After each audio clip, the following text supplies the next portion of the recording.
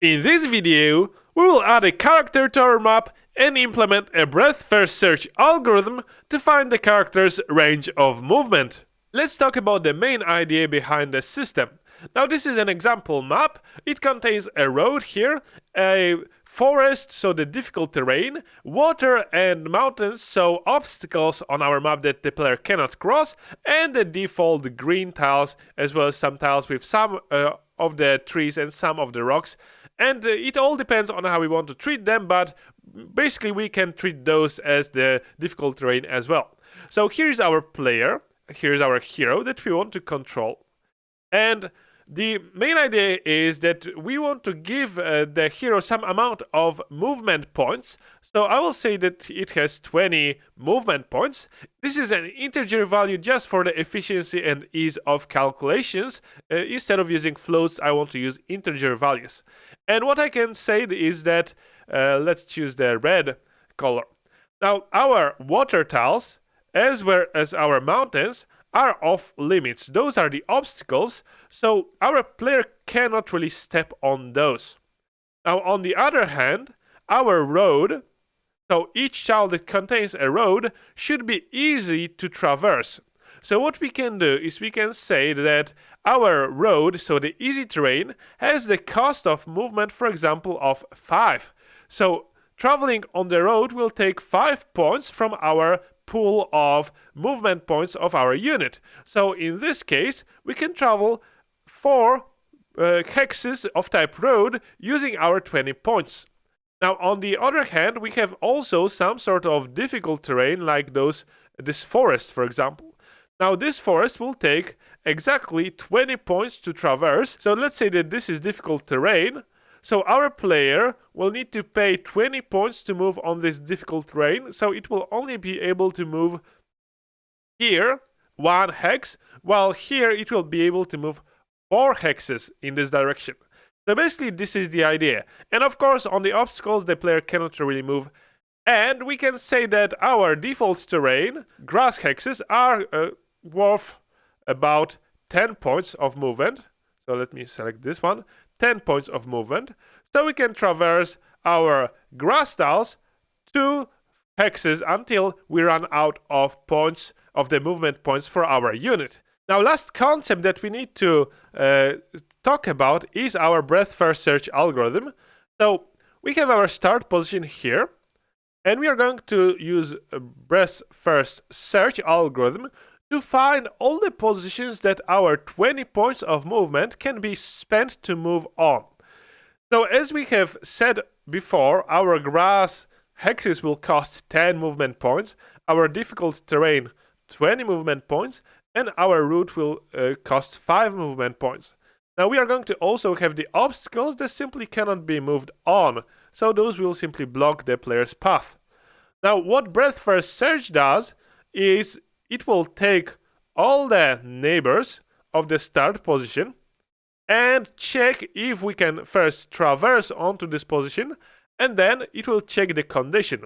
So the condition will be, is our 20 points of movement that we have less or equal to the cost of movement onto this tile? So again, if we want to go to this difficult terrain, it will cost us full 20 points. So it will check those positions, and of course it will find out that those positions are all good to go beside this water.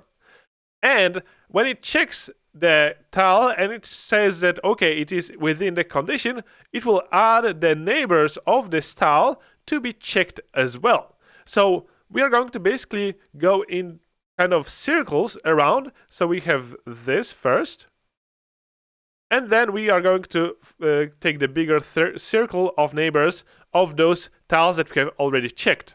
Now, important thing is that we are going to check those hexes in order. So first, we are going to check those closest neighbors, and only then we are going to move to the next neighbor.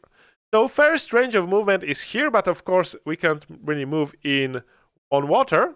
So we're going to have this kind of range of movement, but this is not it. We're going to, of course, expand it by checking the neighbors of those tiles.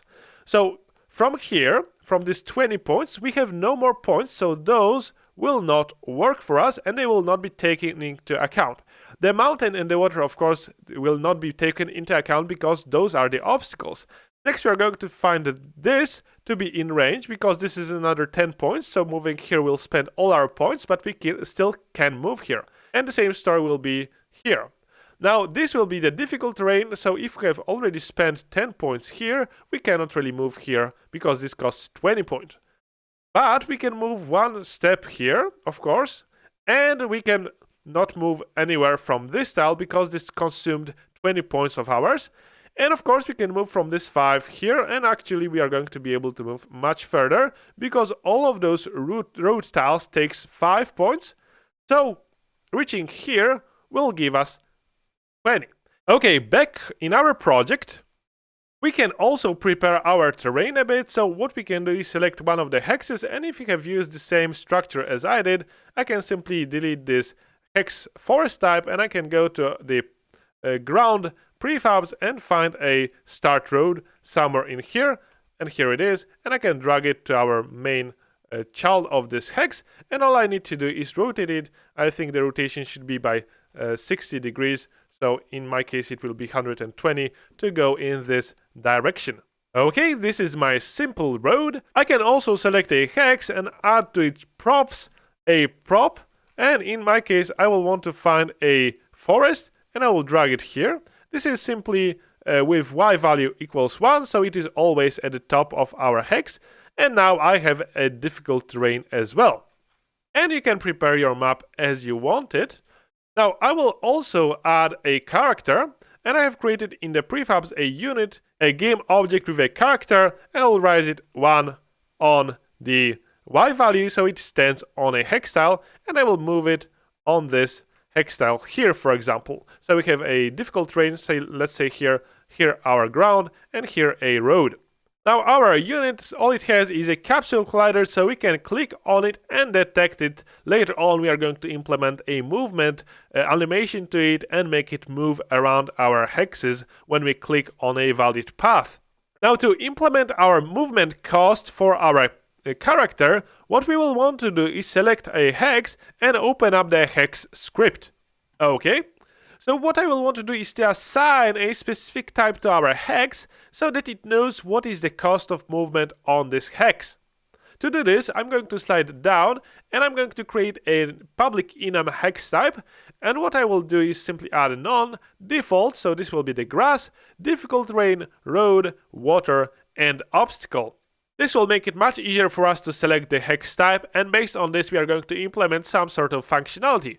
So I will create a serialized field private hex type in our hex class. And if we have this, what we can do is implement two methods that will use this. So we're going to have public int getCost method, and we are going to return using a lambda expression, and I'm using this switch expression. So hex type switch and open those curly braces. And if the type is hex difficult terrain, I'm going to return simply 20 as our integer value. If hex type is default terrain, we are going to return 10. And if hex type is a road, we are going to return 5. And in a default case where we haven't handled our type, we are going to use underscore, and this will simply throw an exception from using system. So from system library, we are going to print hex of type this hex not supported. Another method we are going to have public bool is obstacle, and this will simply return if this .hex type is equal to hex type .obstacle. Now to make use of those costs, we are going to go back to Unity and we are going to create a new script here. So I'm going to right click, create a C# script, and I'm going to call it the graph search. Okay. I'm going to delete the start and update, and this will not be a mono behavior, this will be a simple class. Great. And here I will create a public static BFS result, BFS get range method that will take in a hex grid, vector 3 in start position, start point, and int movement points. Now the BFS result will be a simple struct, and we are going to fill it in as we go. Now what does the BFS get range needs to do? It needs to return us a list of positions that are our neighbors, as well as some sort of a way to get the path from the start position to our destination that we click on. To store all the data that we need to have in order for our breadth first search algorithm to return something from our calculations, we are going to create two dictionaries and a queue of vector3int. Now this will not be a very refined version of breadth first search. So what we are going to have is a dictionary of vector3int with a question mark, so this can be null, visited nodes. And visited nodes will simply store the reference to our visited nodes. For example, the start point will be the first one, and the parent node, so from which node have we came to this node. So for the start node, it will be simply null. But for the neighbor of a start node, the parent will be the start node itself. And this way we are going to be able to get the reference to a path by getting simply the parent of a hex that we ended up on, and at some point we are going to have null, so this will mean that we have finished creating our path. It will be much more clear when we create a method to get this path from this dictionary. Next we have a dictionary of vector3int and int. This will be called cost so far. So as I have mentioned before, we need to have a way to calculate the whole cost of moving from one hex to another. So for a neighbor of a start node, this will be a sum of the cost of the first neighbor and the second neighbor. And storing it in a dictionary will give us an easy way to access the full cost. And last thing is a queue, nodes to visit queue, and this will be a new queue. So we are going to enqueue here the neighbors of each node so that we can check them later. So what we are going to do is we are going to simply start by preparing our data. So nodes to visit queue, we are going to enqueue the start position. Cost so far, the start point will have cost 0. And visited nodes, we are going to add our start point and null as the parent. So we have started from our start point. Next, we are going to have a while loop. So while nodes to visit queue has some node to check, so count is greater than 0, then it will mean that we can dequeue the current node, so the current position to check. So in our case, we are going to have the start node here, start tile here, and we are going to find all the neighbors of this start node. So to do this, to get the neighbors of this current node, we are going to ask our hex grid. So for each vector3 neighbor position in hex grid, get neighbors for current node. And this will allow us to access those neighbors. Now, if we are checking those neighbors, first what we want to do is check if the neighbor is an obstacle. If this is an obstacle, we want to skip it. We are not going to add obstacles to our visited nodes dictionary because we are going to check if we have already visited the node later on, so this will simply skip to the next neighbor on our list. But if we know that the node is not an obstacle, what we will want to do is to calculate the cost. Now the node cost, so the cost of the hex that we have been, that is the neighbor, is hexgrid.getTile at neighborposition.getCost. So in our case, this will be the cost of, for example, this road, which will be 5, or of this difficult terrain, which will be 20. Now, if we have this node cost, what we can get is the current cost, so the cost so far of the current node. So as you might recall, we have created this dictionary of vector3int int, where we save our costs so far. So if we have saved the cost of the previous node, for a starter point it is 0, but for this it will be 0 plus the current cost, and this will be the current cost that we need to add to our node cost to get the end cost that we want to compare against the range of movement of our unit, which is also passed as an argument to this BFS get range.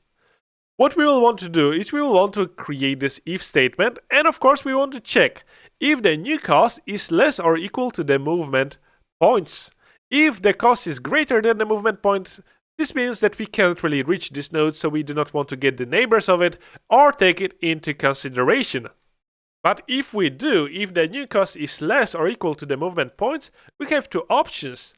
Now, either our visited nodes doesn't contain this key, so this is a new node that we haven't yet checked, or it does. So in case it does, we need to check if cost so far of the position of this neighbor is greater than the new cost. We could of course add equal, but basic idea is that we may have stumbled upon a node that is cheaper to access from the current position than what it was to access from the previous parent of this node. So we want to update the parent of this neighbor position to know that there is a better way to travel to this node compared to what we had so far.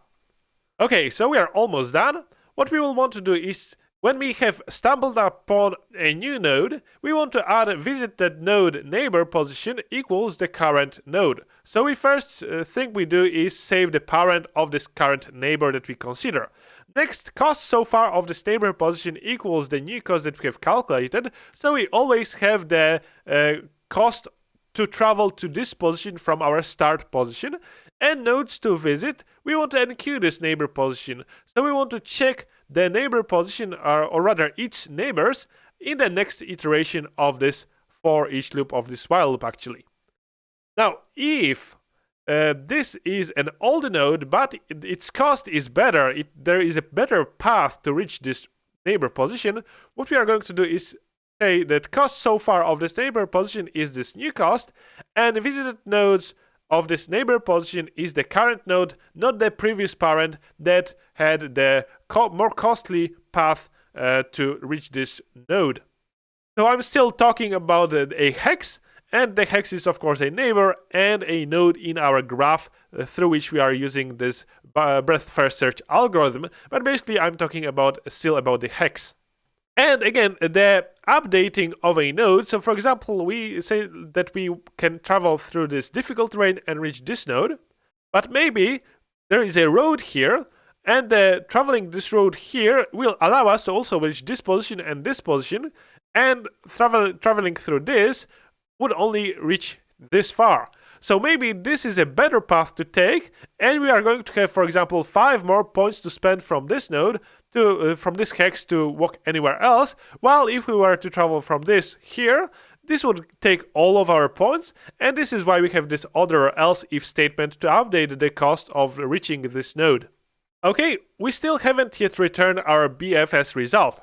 So let's slide it down to this struct, and I'm going to add here a dictionary of vector3 in vector3 in question mark visited node dict. So this is what we are going to set off for this struct.